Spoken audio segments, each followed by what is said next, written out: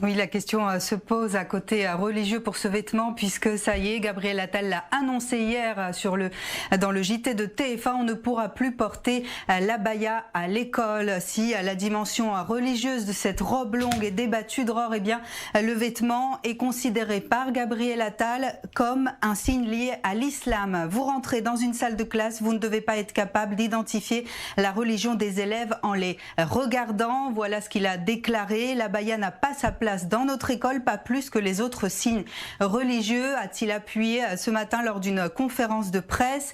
Et cette décision du nouveau ministre de l'Éducation intervient alors que de plus en plus d'établissements signalent des atteintes à la laïcité, notamment pour des questions vestimentaires, et réclament donc une clarification. Alors jusqu'ici, le ministère de l'Éducation a laissé une marge d'interprétation sur le caractère religieux du port de l'abaya, cette robe qui est très ample, qui est portée par-dessus les vêtements, tout en estimant possible de l'interdire. En tout cas, le prédécesseur de Gabriel Attal, Pape Ndiaye, s'était refusé à réglementer dans le détail les longueurs des robes. Cette annonce de Gabriel Attal a fait réagir évidemment à droite comme à gauche. À droite, on est plutôt pour. À gauche, comme la France Insoumise, eh bien, on dénonce cette décision. Et du côté du Conseil français du culte musulman, on estime que l'abaya, cette longue robe donc, n'est pas un signe religieux musulman. Une question se pose maintenant, comment cette interdiction va-t-elle être désormais appliquée? Eh bien, on n'a pas plus de détails de la part du